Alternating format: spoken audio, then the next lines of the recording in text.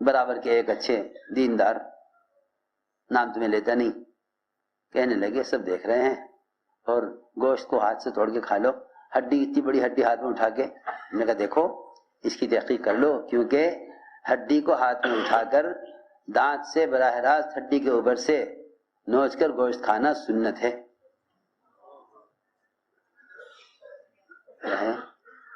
سنت ہے، یہ سنت ہے۔ میں عرض کر رہا کہ لوگ اتباع سنت پر آ نہیں سکتے جب تک احیاء سنت پر نہ آئے۔ لوگ اتباع سنت پر نہیں آ سکتے جب تک، میں کچھ میری بات توجہ سننی پڑے گی، لوگ اتباع سنت پر آ نہیں سکتے جب تک احیاء سنت پر نہ آئے، کیونکہ اگر سنت کا احیاء نہیں کریں گے، یعنی مخالف ماحول میں سنت عمل نہیں کریں گے، مخالف ماحول میں سنت عمل نہیں کریں گے، تو ان کے اندر اپنی ذاتی زندگی میں بھی اتباع سنت کی استعداد انہیں پیدا نہیں ہوگی۔ احیاء سنت سے اتباع سنت کی استعداد پیدا ہوتی ہے۔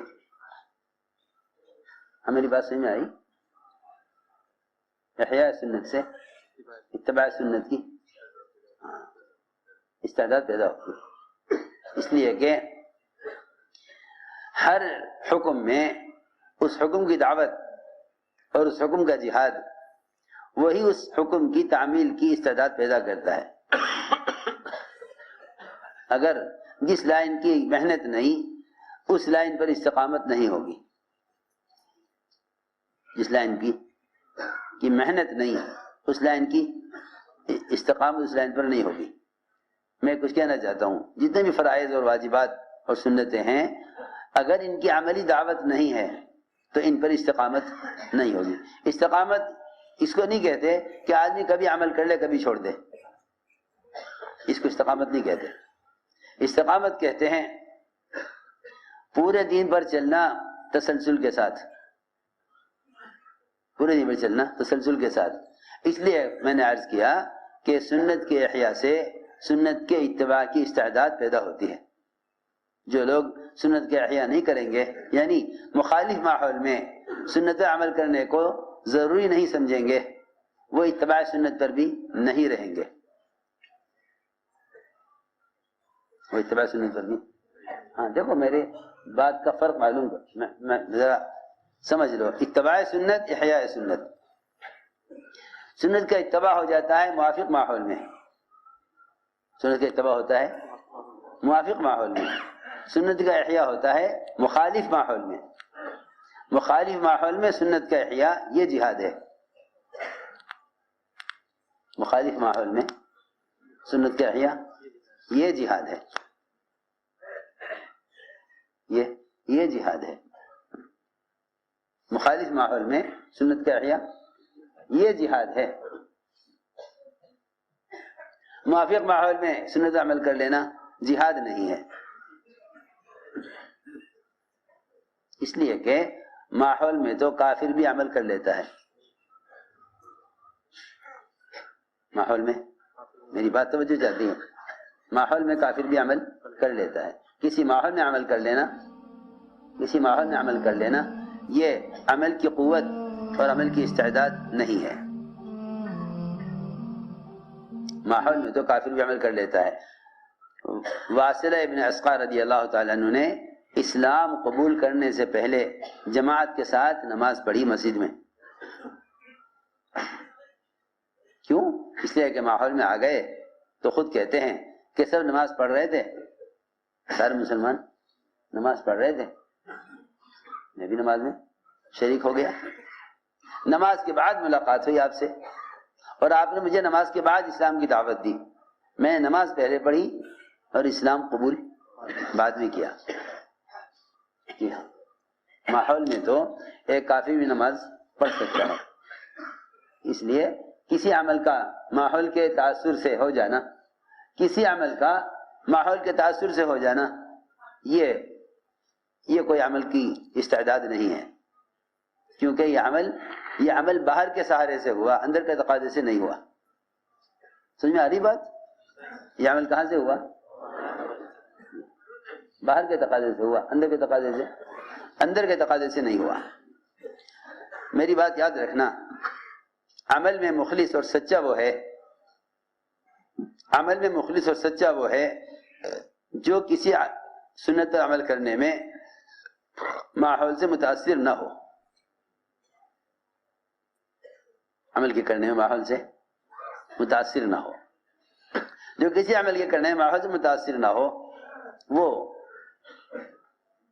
اس میں عمل کی استعداد ہے، ورنہ آدمی باہر کے ماحول کی وجہ سے عمل کر لیتا ہے اور جہاں ماحول نہیں ہوتا وہاں عمل چھوڑ دیتا ہے۔ ایسے لوگوں کو بہروپیہ کہا جاتا ہے۔ سمجھ میں آئی بات؟ کیا بہروپیہ جانتے ہو؟ بہروپیہ وہ ہوتے ہیں جو اپنا روپ، اپنی شکل بدلتے رہتے ہیں حالات اور ماحول کے اعتبار سے۔ جی ہاں، حالات اور ماحول کے اعتبار سے وہ حالات ماحول کے اعتبار سے شکل بدلتے رہتے ہیں۔ وہ دیکھیں گے نماز ہو رہی ہے تو وہ کہیں گے ٹخنے کھول دو، ٹخنے کھول دو، کیونکہ نماز ہو رہی ہے۔ حالانکہ ٹخنا ڈھکنا نماز یا بغیر نماز ہر حال میں حرام ہے، ہر حال میں حرام ہے۔ جبرائیل کی بددعا ہے، حضور صلی اللہ علیہ وسلم کی آمین ہے۔ جبرائیل سب سے مقرب فرشتہ، سردار فرشتوں کا سردار جبرائیل، ان کی بددعا، اور سید الانبیاء محمد صلی اللہ علیہ وسلم کی آمین کس شخص کے لیے؟ جو کرتے کو یا پاجامے کو یا لنگی کو یا کسی بھی لباس کو ٹخنے سے نیچے رکھے، اس کے لیے جبرائیل کی بددعا ہے۔ اللہ اکبر۔ اور بلکہ ایسی عجیب و غریب بات ہے کہ جو رات سب سے زیادہ مغفرت کی عام مغفرت کے اعلان کی رات ہے، سب سے زیادہ عام مغفرت کا اعلان ہے جس میں، اس میں جہاں شراب کا عادی اور لوگوں کے درمیان جھگڑے پیدا کرنے والا آدمی، اس رات میں اس کی مغفرت بھی نہیں، اس میں ایک وہ بھی ہے جو اپنی لنگی یا کپڑے کو ٹخنے سے نیچے رکھے، وہ بھی اس میں شامل ہے کہ اس رات میں اس کی مغفرت نہیں ہے۔ میں نے عرض کیا کہ لوگ یہ سوچتے ہیں کہ بھئی یہ اس وقت ماحول اس کا ہے لہذا نماز کے وقت ٹخنے کھول دیے جائیں، کیونکہ جب تم غیروں کے ماحول میں جاؤ گے تو وہ تمہارا یہ حلیہ ان کو پسند نہیں آئے گا، حلیہ پسند نہیں آئے گا، تمہیں پسند نہیں کریں گے، یہ تمہیں پسند نہیں کریں گے تو تمہیں ملازمت کہاں سے ملے گی، تمہیں ریزرویشن کہاں سے ملے گا، تمہیں راشن کہاں سے ملے گا۔ حالانکہ اللہ تعالی یہ چاہتے ہیں کہ کسی طرح مسلمان اپنے طریقوں پر ایسا پابند ہو جائے کہ باطل ان کے طریقے سے ہٹانے کے لیے مقابلے پر آ جائے، کیونکہ باطل کی ہلاکت اسلام کے مقابلے سے ہے، باطل کی ہلاکت اسلام کے مقابلے سے ہے، باطل کی ہلاکت اسلام کے مقابلے سے ہے، اور مسلمان کی ہلاکت باطل کی مشابہت سے ہے۔ مسلمان کی ہلاکت باطل کی مشابہت سے ہے، اور باطل کی ہلاکت اسلام کے مقابلے سے ہے۔ باطل اسلام کے مقابل ہوگا ہی نہیں، باطل اسلام کے مقابل ہوگا ہی نہیں جب تک مسلمان باطل کے راستوں پر چلتا رہے گا۔ وہ یہ کہیں گے کہ ان سے کیا مقابلہ کریں، یہ تو ہمارے جیسے ہیں، ہاں یہ تو ہمارے جیسے، ان سے کیا مقابلہ کریں۔ دیکھو تو صحیح، ہرمزان مشرک خود کہتا ہے کہ اے مسلمانوں، جب تک تم ہمارے جیسے تھے، پہننے اوڑھنے کھانے پینے بیاہ شادی ساری ضروریات میں جب تم ہمارے جیسے تھے اس وقت ہم تم پر غالب تھے، لیکن جیسے تم نے اپنے طریقے الگ کر لیے اور اسلامی طریقے پر تم قائم ہو گئے، اس وقت سے تم ہم پر غالب آ گئے، تم نے ہمیں غلام بنایا، تم نے ہمارے مال اسباب پر تمہارا قبضہ ہو گیا، ہم تمہارے ماتحت ہو گئے جب سے تم نے اپنے طریقے بدلے، ورنہ جب تک تم ہمارے جیسے تھے اس وقت تک ہم تم پر غالب تھے۔ یہ ایک مشرک کا یہ تاثر ہے، ایک مشرک کا یہ تاثر ہے۔ میں نے ساری بات اس پر عرض کی ہے کہ اللہ رب العزت نے حکم فرمایا کہ اسلام میں پورے داخل ہو جاؤ، اسلام میں پورے داخل ہو جاؤ۔ اللہ تعالیٰ نے قیامت تک اسلام کا رعب اتباع سنت میں رکھ دیا ہے، اسلام کا رعب، اسلام کا رعب اتباع سنت میں رکھ دیا ہے۔ میری بات یاد رکھیو، صرف فرائض کے ادا کرنے سے باطل مرعوب نہیں ہوگا، اس لیے کہ فرائض کے ادا کرنے سے مسلمان غیر مسلم میں ظاہری فرق نہیں ہوتا، صاف بات ہے۔ صرف فرائض کے ادا کرنے سے مسلمان اور غیر مسلم میں فرق نہیں ہوتا، کیوں؟ اس لیے کہ جو غیروں کے ساتھ اختلاط کے مواقع ہیں، ہماری بات توجہ سے سننا ہے، جو غیروں کے ساتھ اختلاط کے مواقع ہیں ان میں عبادات نہیں ہیں، ان میں عبادات نہیں ہیں۔ میری بات توجہ سے سننا، بہت اہم بات ہے۔ غیروں سے اختلاط کے جو مواقع ہیں ان میں عبادات شامل نہیں ہیں، جو غیروں سے ملاقات اور اختلاط ہوتا ہے نا غیروں کے ساتھ، اس میں عبادات شامل نہیں ہیں۔ نماز وہ مسجد میں نہیں آئیں گے، نماز وہ مسجد میں نہیں آئیں گے۔